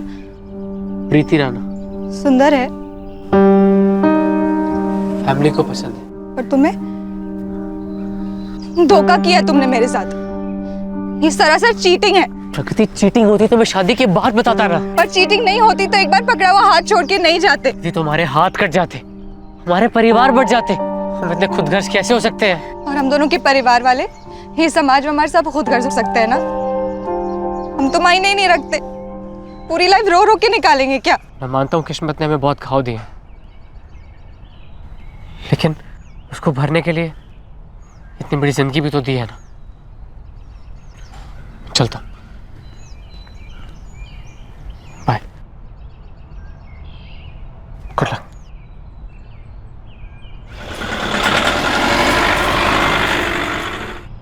सरमाना मैंने पहल की थी, प्रगति का दिल जीता था, लेकिन ये गांव और गोत्र की बात मुझे मालूम नहीं थी सर। प्रगति को भुलाना मेरे लिए भी उतना ही मुश्किल है जितना। भुलाने की कोई खास कोशिश नजर तो नहीं आ रही, क्योंकि ब्रेक ऑफ के बाद भी तुम उससे बराबर मिलते रहे। नहीं नहीं सर, मैं तो उससे डर के मारे मिलता था। किसका डर था? सर डर था कि वो खुद के साथ कुछ करना बैठे या फिर मेरे साथ। सर वो समझदारी खो बैठी थी, ब्रेकअप एक्सेप्ट नहीं कर रही थी। उसे पता था कि तुम्हारी शादी 9 मार्च को है? हाँ सर, और सर उसने धमकी भी दी थी कि वो शादी में आके हंगामा करेगी। सिर्फ 2 दिन बचे। हाँ। तुम मुझे इनवाइट कर रहे हो? सिर्फ बताने आए। जला रहे हो? देखो, जो सच है मैं तुम्हें सिर्फ वही बता रहा हूँ। सच्चाई तो ये है कि तुमने मेरा भरपूर इस्तेमाल किया और फैमिली के नाम पे मुझे कुचल के फेंक रहे हो आलोक। Use and throw. ये दुनिया का सबसे बड़ा झूठ। तो दुनिया को तय करने दो ना। मैं बिना इनविटेशन आऊंगी तुम्हारी शादी। तुम ऐसा कुछ नहीं करोगी, ये सब करके तुम अपनी और मेरी दोनों की जिंदगी डैमेज कर दोगी। मैं तो ऑलरेडी डैमेज्ड हूँ, तुमने जो डैमेज किया है मुझे। और सबको ये बात बताना जरूरी है ना? प्रगति देखो, तुम ये सब नहीं करोगी। वो तो शादी के दिन पता चलेगा। तुम्हारी वो प्रीति शीति जो भी उसका नाम, उसे भी मैं बताऊंगी कि तैयार रहो बेबी। आलोक आएगा, तुम्हें यूज करेगा और फिर आगे बढ़ने कहेगा। देखो देखो, मैं तुम्हारे हाथ जोड़ता हूँ, तुम्हारे पैर पड़ता हूँ। कोई जरूरत नहीं आलोक। अच्छा चलो, नहीं आती तुम्हारी शादी सच, लेकिन तुम मेरे मरने के बाद मुझसे मिलने नहीं आओगे। प्रॉमिस? प्रगति? क्या प्रगति? प्रगति सुसाइड नोट पे मैं तो साफ लिख दूंगी कि सबकी जिम्मेदार सिर्फ तुम हो। तुम मिस्टर आलोक रघुवंशी। हमारे SMS, ईमेल सब कुछ सेव्ड है। हनीमून तुम जेल में बिताना मेरी यादों के साथ। नहीं नहीं नहीं, नहीं प्रगति, देखो मैं यहाँ पे फाइनली बात करने आया था, हमारी रिलेशनशिप की हैप्पी एंडिंग करने आया था। Happy ending? मैं तो तुम्हारी मैरिज की हैप्पी बिगनिंग भी नहीं होने दूंगी। जीकर, मरकर या फिर मारकर मैं तुम्हारी लाइफ बर्बाद कर दूंगी। सर प्रगति के साथ मेरी आखिरी बार बात 8 तारीख को हुई थी, तब भी उसने मुझे धमकियां दी। उसके बाद हमारी कोई बात नहीं हुई सर। प्रगति मुजफ्फरनगर क्यों गई? पता नहीं सर। तुम्हारा या प्रगति का मुजफ्फरनगर के साथ कोई कनेक्शन है क्या? नहीं सर, मेरा तो नहीं है, और प्रगति ने भी कभी जिक्र नहीं किया। क्या ऐसा हो सकता है कि प्रगति के फादर नारायण राठौड़ को इस बात का पता चल गया हो कि प्रगति तुम्हारी शादी में आकर हंगामा करने का प्लान कर रही है, तो उसने अपनी इज्जत बचाने के लिए प्रगति के साथ कुछ कर दिया हो?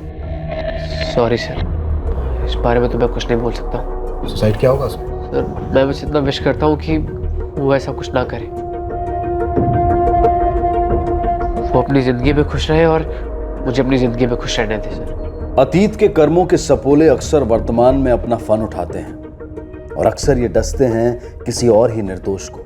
आलोक का अतीत नई दुल्हन प्रीति की जिंदगी में जहर खोलने जा रहा था। ये जहर आलोक और प्रगति से जुड़े हर घर में फैलने वाला था। प्रगति के अतीत के सारे पन्ने अब पुलिस के सामने खुल चुके थे, लेकिन आने वाले दिनों में कुछ ऐसे पत्ते खुले जिसने पुलिस को भी चौंका दिया। जनाब, इस आलोक रघुवंशी की एक गाड़ी है। हाँ मालूम है हमें। इस गाड़ी में कुछ अटपटा है। मंसूर साफ साफ बोल, क्या अटपटा लगा? इस आलोक का एक चाचा है, बलदेव रघुवंशी। 9 मार्च को उसका लड़का विकास ये गाड़ी लेकर कहीं गया था। आलोक की उस गाड़ी को बड़ी हड़बड़ी में उन लोगों ने घर से दूर कर दिया। अभी भी किसी गैराज में पड़ी है। गैरेज का नाम और एड्रेस बोल।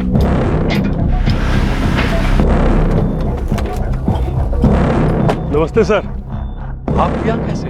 कुछ नहीं हुआ, वो आई। वो आई? कोई विकास रघुवंशी यहाँ अपनी व्हाइट कलर की गाड़ी छोड़कर गया है। नंबर है UP XX622M। वो खड़ी है सामने सर, क्लीनिंग के लिए आई है। क्या क्या क्लीन हुआ अभी तक? सर अभी तक तो एक हाथ भी नहीं मारा है। हम हाथ मारते हैं।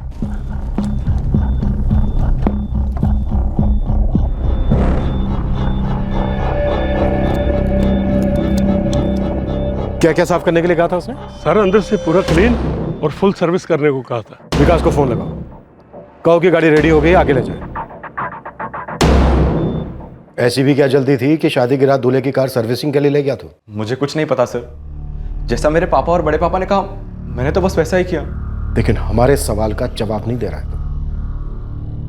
वैसे बता दूं, यहां भी सर्विसिंग बहुत अच्छी होती है और जरूरत पड़े तो सफाई भी बहुत अच्छी तरह करते हैं।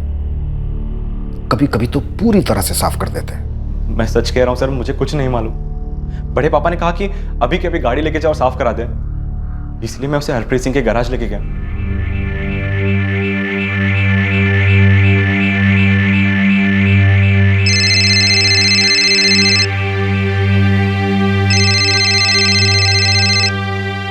हाँ प्रीति। आलोक, ये प्रगति राठौड़ कौन है? अतीत है जो हमारे आज में कभी दखल नहीं देगा। I promise. वापस लो अपना प्रॉमिस, क्योंकि ये प्रगति हमारी जिंदगी में अब आ चुकी है। क्या मतलब? मतलब तो कोई बन ही नहीं रहा। हम लोग हनीमून पे तो जा रहे हैं, लेकिन आलोक, मेरा जी बहुत घबरा रहा है। तुम इतना सोचो मत, मैंने पैकिंग कर ली है ऑलमोस्ट। तुमने कर ली? हाँ, कर तो ली है, पर पता नहीं, ऐसा लग रहा है कि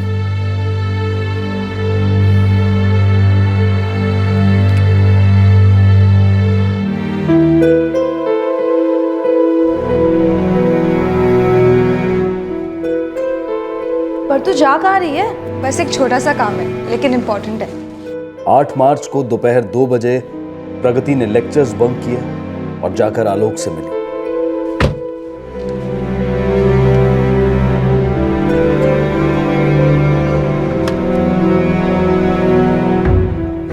मुझे अब भी यकीन नहीं हो रहा। कल है ना शादी? हाँ। एक्साइटेड हो? देखो प्रगति, कल फाइनल बात हमने नहीं, तुमने। ठीक है, मैंने की थी, लेकिन आज तुमने मुझे यहाँ बुलाया है और मैं यहाँ आया हूँ, और आज ये फाइनल है। इसके बाद हम कभी नहीं मिलेंगे। ये सब तुम बोल रहे हो, मैं तो सुन भी नहीं रही हूँ। देखो, तुम मेरे साथ जबरदस्ती नहीं कर सकती। क्यों? जबरदस्ती करने का परमिशन सिर्फ तुम्हें है। भूल गए किस तरह जबरदस्ती मुझे इसी गाड़ी में बिठाया था? जबरदस्ती मेरे दिल में आके बैठ गए। देखो, मुझे सब याद है, सच्चा प्यार किया है तुमसे और करता रहूंगा, लेकिन हम एक नहीं हो सकते हैं। Cool, no problem. लेकिन अगर तुमने किसी और के साथ एक होने की कोशिश की ना, तो मैं तुम्हें और उसे दोनों को आधा आधा कर दूं। एक कार्ड्स बांटने जा रहे हो ना? चल मैं भी चलती हूँ तुम्हारे साथ। देखते हैं कब तक तुम ये शादी वादी का ड्रामा करते हो।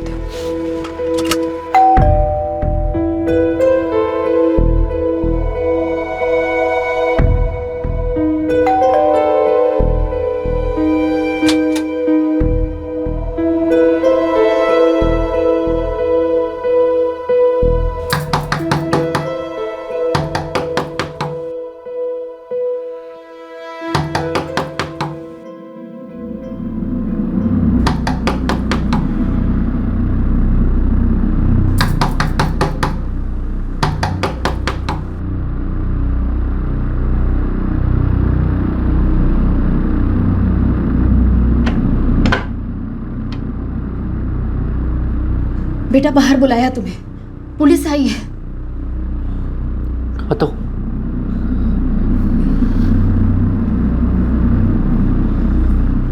8 मार्च आओ। 8 मार्च को प्रगति के साथ तुम्हारी फोन पर एक बार बात, ऐसा कहा था? हाँ सर। गलत, क्योंकि 8 मार्च को तुम्हारी प्रगति के साथ सिर्फ फोन पर बात नहीं हुई थी, बल्कि तुम उससे मिले भी थे, और वो तुम्हारी आखिरी मीटिंग थी उसके साथ, क्योंकि अब तुम तो क्या, उससे कोई भी नहीं मिल पाएगा। सच कह रहा हूं ना?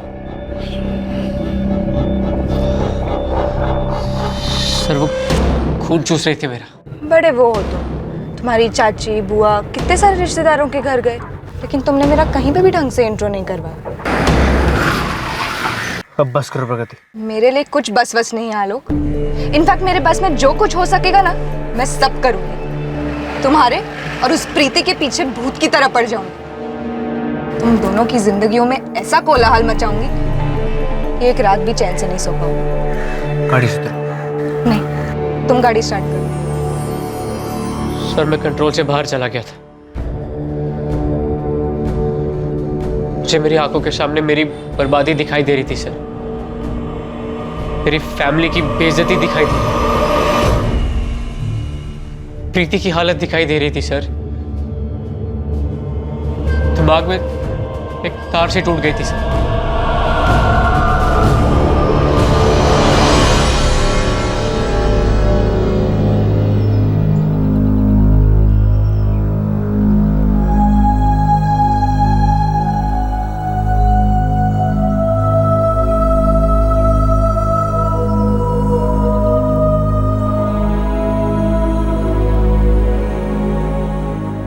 तो गजेंद्र रघुवंशी, आप ये पहले से जानते थे कि आपके बेटे ने क्या किया?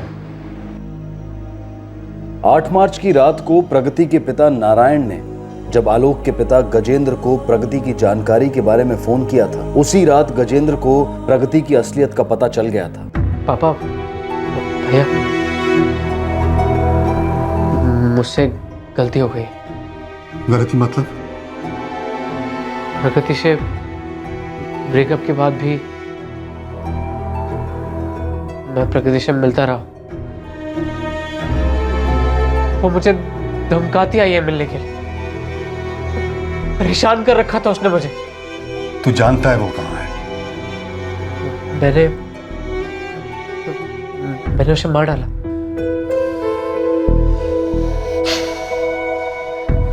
कहाँ? लाश कहाँ है? जंगल में फेंक दी। कैसे मारा? कहाँ मारा? तो आपने और आपके भाई बलदेव रघुवंशी ने आपके भतीजे विकास को अगले दिन गाड़ी साफ करवाने के लिए भेज दिया। सर अगले दिन हमें ख्याल आया कि गाड़ी साफ करवा देनी चाहिए, इसलिए हमने विकास को भेज दिया। तुमने लाश को जंगल में कहाँ फेंका? वहां लेकर चलो हमें। सर मैंने लाश को जंगल में फेंका ही नहीं। मैंने कहीं भी नहीं फेंकी।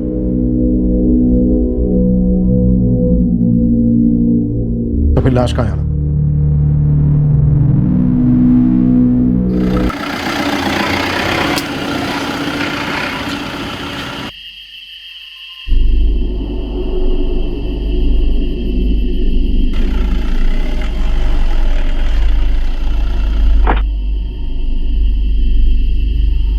सब लोग मंदिर गए हुए थे, तो मैंने। प्रगति की लाश कहाँ है आलोक?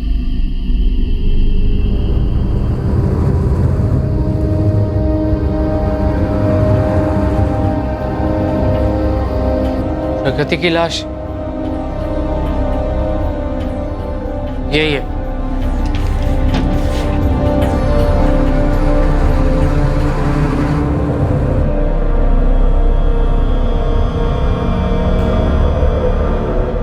आलोक ने कबूल किया कि उसने प्रगति का फोन मुजफ्फरनगर के पास स्विच ऑफ करके फेंक दिया था।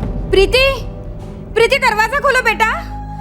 बेटा तुम्हें मेरी कसम दरवाजा खोलो। आलोक की नई नवेली पत्नी प्रीति शौक के परे चली गई थी। प्रगति की सच्चाई उसे काफी भयंकर तरीके से पता चली थी। प्रगति के परिवार को दर्द और मायूसी के खामोश कोलाहल ने घेर लिया है। वो विश्वास ही नहीं कर पा रहे हैं कि उनकी बेटी इस तरह की धमकियां दे सकती थी, इस तरह ऑब्सेसिव पॉसेसिव हो सकती थी। आलोक रघुवंशी के पिता गजेंद्र, बड़ा भाई भूपेश, चाचा बलदेव और चचेरा भाई विकास सभी इस बात को जानते थे कि आलोक ने अपनी शादी के एक दिन पहले अपनी प्रेमिका प्रगति का कत्ल कर दिया था। एक रिश्ता खत्म होता है तो जिंदगी खत्म नहीं होती। एक रोमांटिक रिश्ते का टूटना ना तो इंसान को निकम्मा साबित करता है और ना ही छोटा। एक ब्रेकअप बस एक इशारा होता है कि जिंदगी में रोमांस के परे भी और कई खूबसूरत तोहफे हैं जिन्हें हमें पहचानना है, खोलना है और उनका पूरा लुत्फ उठाना है। रंजिशें, नफरतें, अधूरे रिश्ते, ये सभी दिलो दिमाग में नासूर बनकर छेद कर देते हैं जो होने देने की बिल्कुल ही जरूरत नहीं है। एक प्रेमी की दर्दनाक दगाबाजी हो या तकदीर का क्रूर मजाक, चाहे कितना भी डिप्रेशन हो, गुस्सा हो, लेकिन इस बात को कभी नहीं भूलना चाहिए कि ये एक फेज है, एक दौर है और हर दौर बीत जाता है। किसी भी सूरत में वो दौर, वो यादें, वो दर्द किसी की जिंदगी से ज्यादा अहम नहीं हो सकते, कभी नहीं हो सकते। इसी विचार के साथ मैं अनूप सोनी अब आपसे विदा लेता हूं। फिर मुलाकात होगी क्राइम पेट्रोल सतर्क में शुक्रवार को रात 10:30 बजे। तब तक सुरक्षित रहें और देखते रहें क्राइम पेट्रोल सतर्क। सबक एक को, सीख हम सबको। जय हिंद। इस तरह के और भी एपिसोड देखने के लिए हमारे चैनल को सब्सक्राइब करें और बेल आइकन दबाना ना भूलें।